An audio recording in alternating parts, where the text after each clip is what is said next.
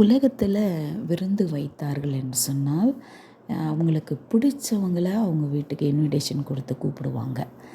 அதே மாதிரி பெரிய பெரிய பணக்காரர்கள் அவர்களைப் போலவே பணம் படைத்தவர்களை, பதவியில் உள்ளவர்களை அவர்களுடைய விருந்திற்கு அழைப்பார்கள்.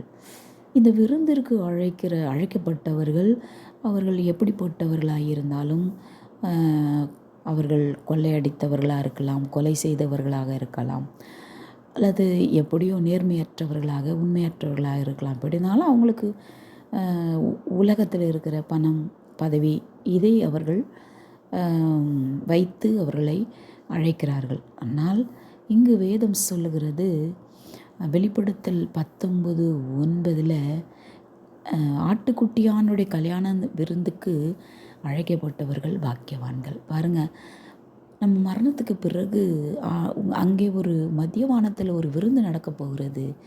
அந்த விருந்திற்கு யார் அழைக்கப்படுகிறார்கள் தெரியுமா? யார் நீதிமானாய் இந்த உலகத்தில் வாழ்கிறார்களோ, யார் தேவனுக்கு பிரியமாக வாழ்கிறார்களோ அவர்களை அழைக்கிறார் கர்த்தர். அவர்களுக்குத்தான் இந்த இன்விடேஷன் கொடுக்கப்படுகிறது.